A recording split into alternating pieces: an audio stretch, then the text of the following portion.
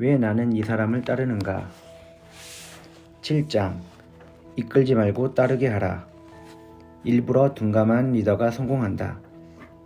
조직의 분위기를 파악할 줄 모르고 부하 직원의 마음을 살피지 못하는 리더는 좋은 리더라고 하기 어렵다.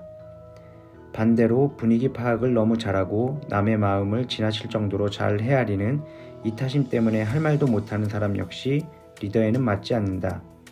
한때 둔감력이라는 말이 유행한 적이 있다.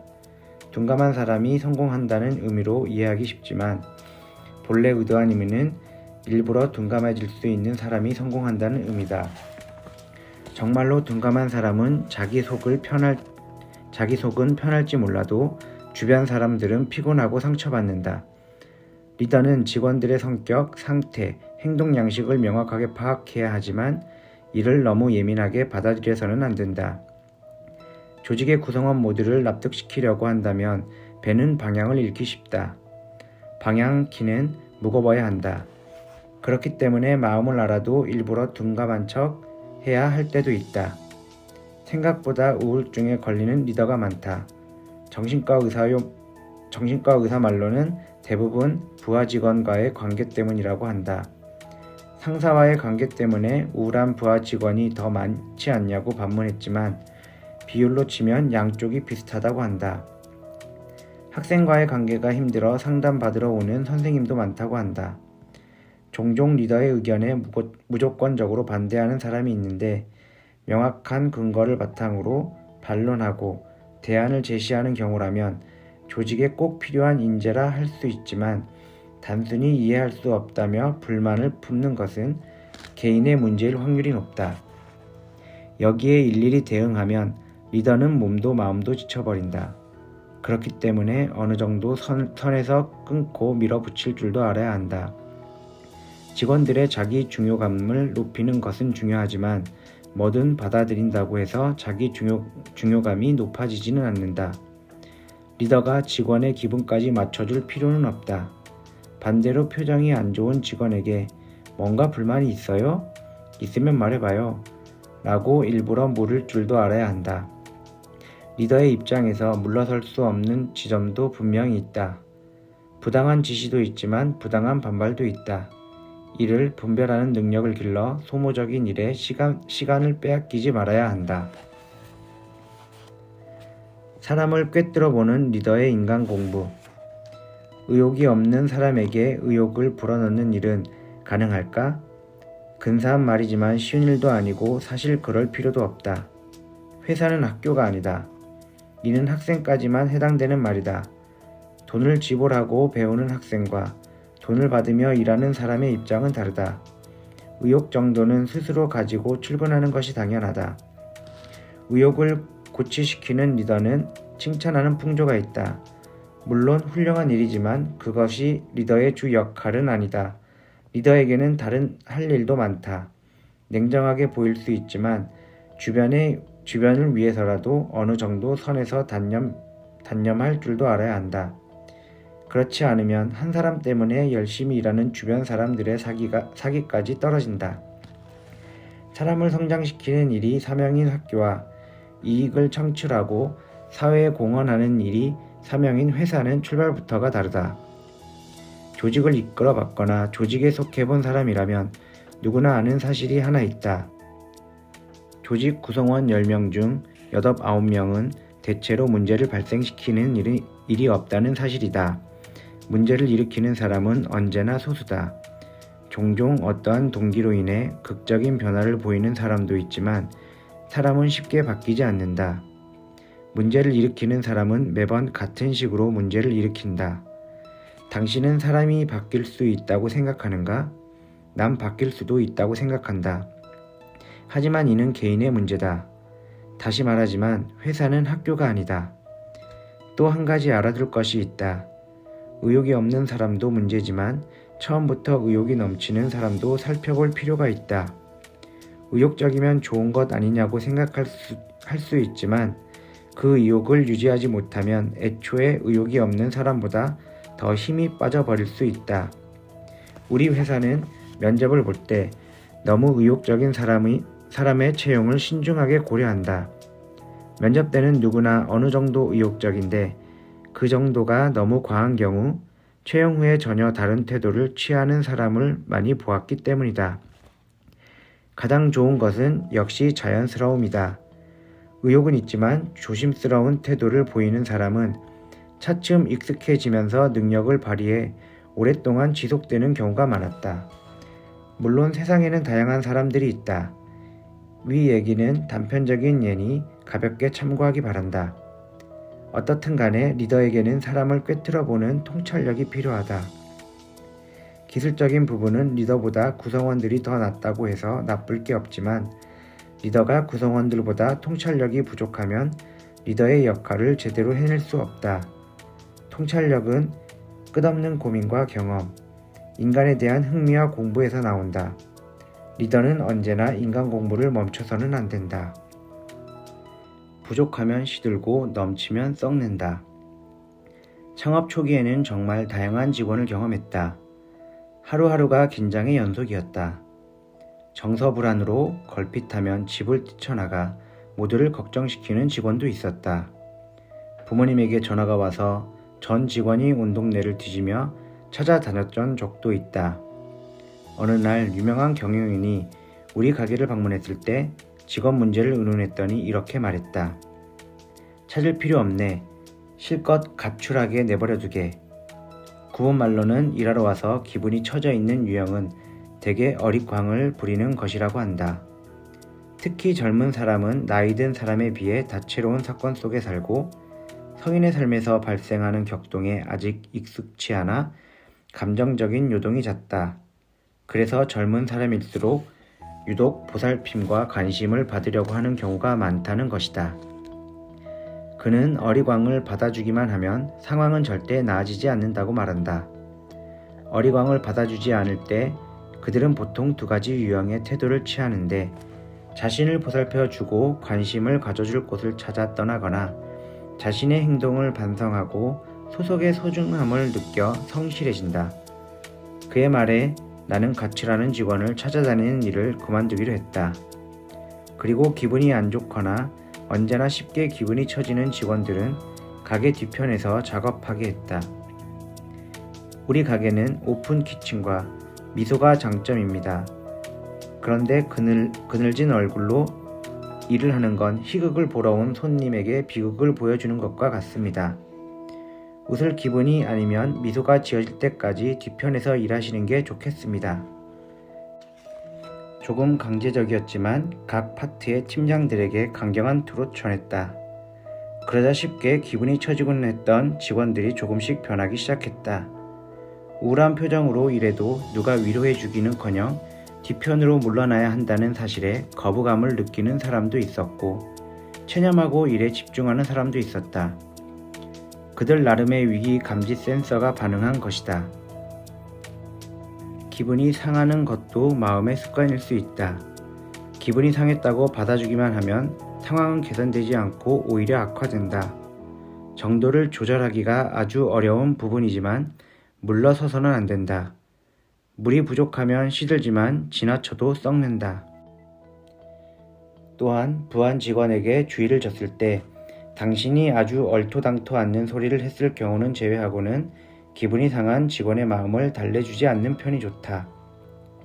미소가 중요한 서비스업에서 오늘은 기분이 안 좋아서 웃지 않겠다는 사람, 항상 남 탓을 하는 사람, 조직의 이념이 자신과 무슨 상관이냐며 자신의 신념만을 관철시키려는 사람을 내버려 둔다면 조직은 서서히 붕괴된다.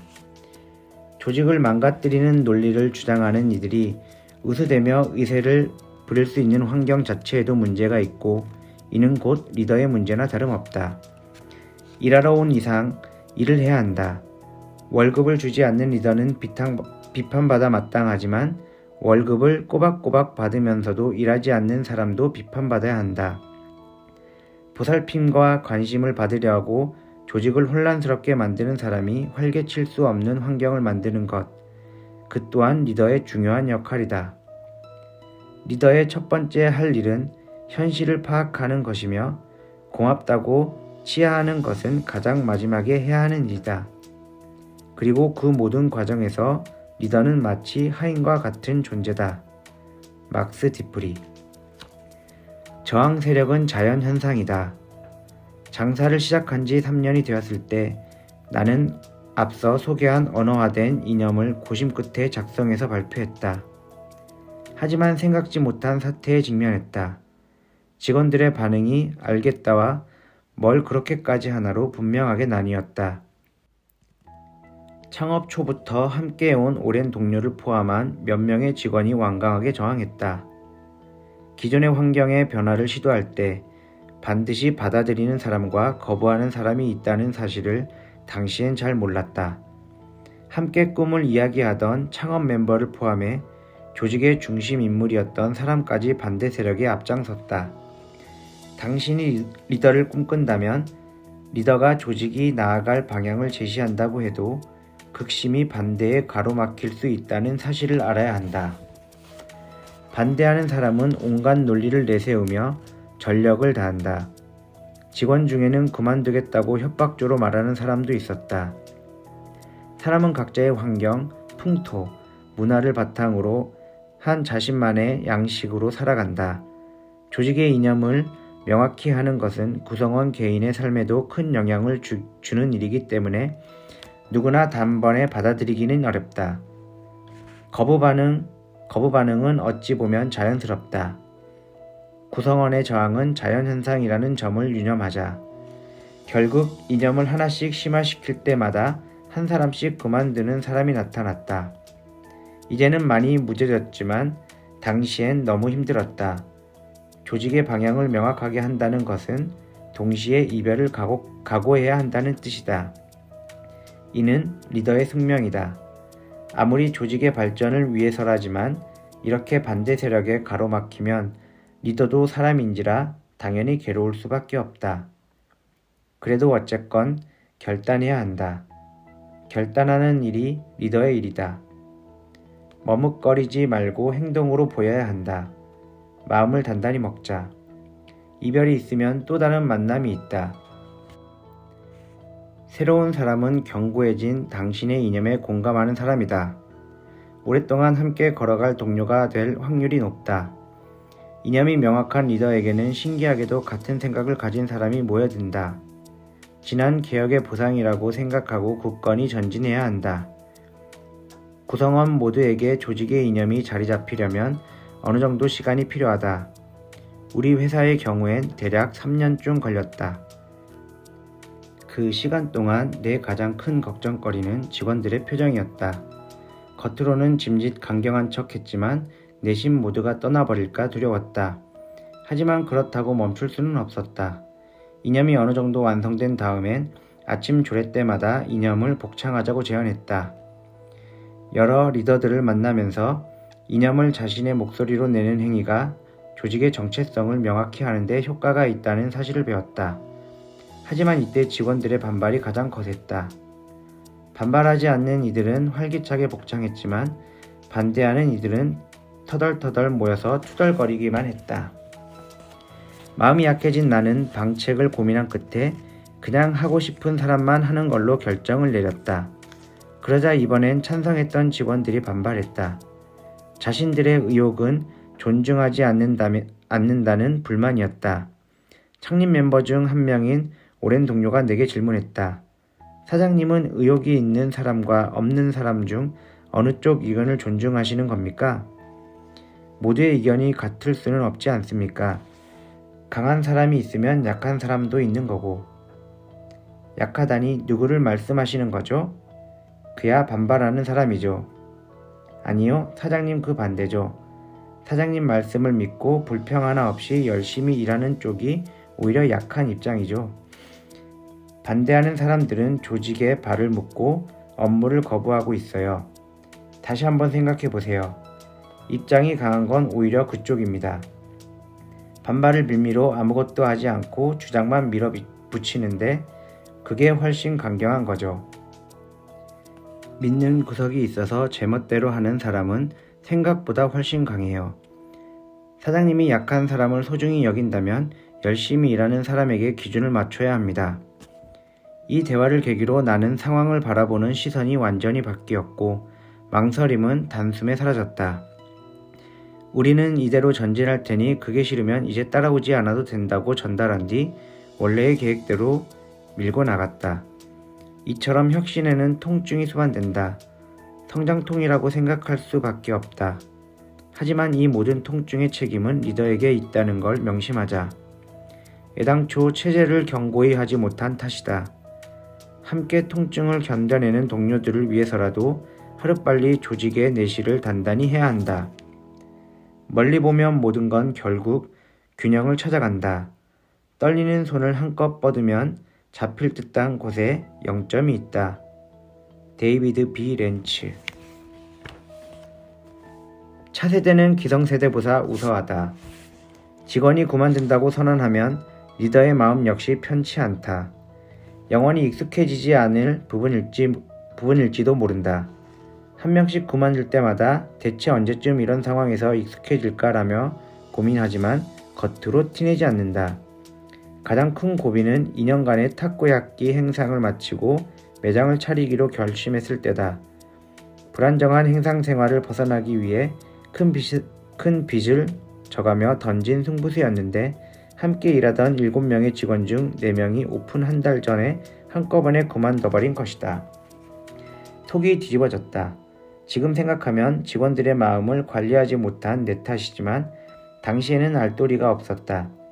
어찌됐건 정든 직원들이니 나름대로 송별회도 열었지만 그만두기로 한 4명 중 단 1명도 오지 않았다. 남은 직원들은 땅이 꺼져라 한숨만 내쉬었다. 더구나 남은 3명은 말단 직원이었다. 그래도 나는 믿고 따라와준 보물들이다. 그중 가장 경력이 짧은 한 남자 직원이 나를 보며 말했다. 사장님, 저 정말 열심히 하겠습니다. 그의 눈을 보자 자신이 하도 한심해서 눈물이 났다. 장례식 같은 송별회였지만 다시 힘을 냈다. 그래요, 고마워요. 오늘은 송별회가 아니라 시작을 기념하는 결기대회라고 생각합시다. 힘차게 다짐은 했지만 속으로는 앞날이 걱정이었다. 아무래도 업무에 미숙한 직원들이기 때문에 지금까지 소화해온 일정을 감당할 수 있을지 의문이었다. 하지만 다음날 내 우려가 무색할 만큼 놀라운 일이 발생했다. 오픈 준비를 하는데 어라? 이 친구 이런 것도 할 줄 알았나? 라는 생각이 들 정도로 신입 직원들은 능력을 발휘했다. 완전히 다른 사람 같았다. 그들을 보며 하나 깨달은 게 있다. 윗사람은 퇴사가 그동안 막혀있던 아랫사람들의 능력을 꽃피우기도 한다는 것과 그늘에 가려진 재능을 리더가 발견하지 못하면 활용하기도 전에 불씨가 꺼질 수도 있다는 사실이다. 나 역시 이들의 역량을 전혀 가늠하지 못하고 있었다. 의욕 있는 사람에게 자유롭게 움직일 수 있는 환경을 제공하면 그 사람은 기대 이상의 능력을 발휘한다. 의지만 있으면 조직은 쉽게 무너지지 않는다. 다음 싹이 고개를 내밀기 때문이다. 그리고 그 모종은 혹독한 환경을 이겨냈기 때문에 더 강한 나무가 되어 멋진 꽃을 피운다. 싹의 재능을 알아보는 것 또한 리더가 갖춰야 할 중요한 자질임을 명심하자. 두려움은 홀로 감당하고 용기는 다른 이들과 나눠라. 로버스 루이스 스티븐스.